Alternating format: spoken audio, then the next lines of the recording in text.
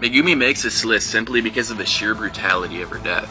She was knocked down, there was a tractor that crushed her arm, pinning it to the ground, and then another tractor that came in and smashed her face. Being a vampire, this still isn't enough to kill her, so they finish the job by driving a wooden stake through her heart. The reason this death is so sad for me is Megumi never asked for any of this to happen. Her entire life, she dreamed of living an elegant life in a mansion with a cute husband in a city somewhere far away. Instead, she was bit by a vampire in some rural town, thus crushing her dreams. Shirley's death is still a very controversial topic, even 6 years after having aired. People are pretty evenly divided when deciding what their thoughts are about Shirley's character. Either you love her or you hate her. As you can probably tell, I was with the former. Shirley is one of my favorite characters in Code Geass, simply because of how devoted she was to Lelouch. Even after finding out that Lelouch caused her own father's death, even after she regained her memories and found out that Lelouch tried to tamper with her mind and make her forget a bunch of shit, she still couldn't stop loving Lelouch. The reason this death was so sad for me is she never got to confess her feelings to Lelouch until she was on the verge of death, and the emotions you can see in each of their eyes makes this scene the magnificent death scene that it is.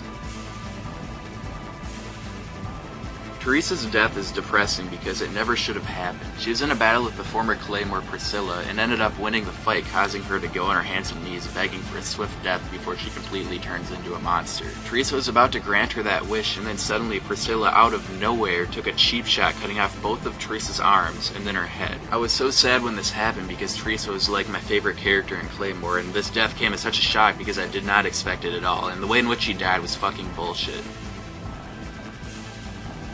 Elle's death is one of my favorites, probably because of the contrasting looks you can see in Elle and Light's eyes as Elle dies. On one hand, you can see Elle with this very melancholic and desperate look in his eyes, looking up at Light, and then Light looking back down at Elle with this menacing grin on his face. This death is so sad for me because all Elle ever wanted was to have a friend in life, and Light, the one person he considered to be a friend, ended up being Kira and murdered him.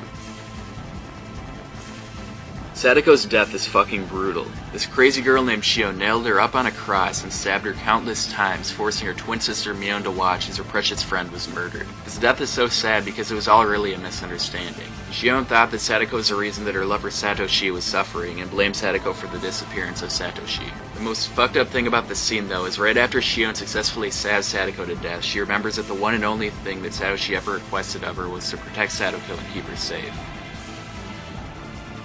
Akise Aru's death is another death that came as a complete shock to me. Akise is by far my favorite character from Mirai Nikki, and the events that happened in Mirai Nikki episode 22 just blew my mind. I mean, first we have an unexpected yaoi kiss scene, and then the next thing you know he's getting decapitated by Yuno. The interesting thing about his death for me though is the fact that he was still able to keep moving even after losing his head. It makes the entire death scene more dramatic and sad because it just shows the sheer determination and willpower he must have had in order to deliver his message to Yuki. For me, my favorite and saddest type of death is one in which a character sacrifices himself for a cause. Kiromaru's death is no exception. He gave his life so that the main character Saki could kill the Karma Demon who had just completely wreaked havoc on her village and slaughtered her friends. His actions showed his true nature and proved his loyalty, which had been questioned throughout the series up to that point. And that's why Kiromaru is number 4 on this list. Lelouch is another prime example of a martyr who sacrificed himself for a cause. Lelouch sacrificed himself in this big master plan he created called the Zero Requiem. First what he did is he conquered the world as an evil ruler, causing everyone to despise him. Then he had his best friend Suzaku publicly kill him, leaving the world united under the hatred of the evil dictator known as Lelouch Lamperouge. By dying at Suzaku's hands, Lelouch brought the world to peace. And that's why Lelouch Lamperouge is number 3 on this list. Ari's death is similar to Shirley's, but it's way more depressing. When Shirley died, she was able to confess her feelings to Lelouch as she was on her deathbed. When Hare died, on the other hand, she confessed to Shu, but he was unconscious at the time and he didn't hear her as she told him her true feelings. Hare then died because of healing Shu, and when Shu woke up, all he found was the dead body of Hare, which promptly turned into crystals and dissipated. He didn't even have a body to mourn over. Judo's death is the ultimate sacrifice, in my opinion. When the Band of the Hawk gets sent to the demon world, pretty much everyone gets absolutely slaughtered by demons. The remaining survivors are doing everything in their power to keep themselves alive, but Judo does not give a fuck. He saves Kasuga not only once, but twice, and then gets impaled by this tentacle demon thing while protecting her for a 3rd time. This is by far my favorite death scene, and it's just so sad and epic that words really can't describe it. Is that it?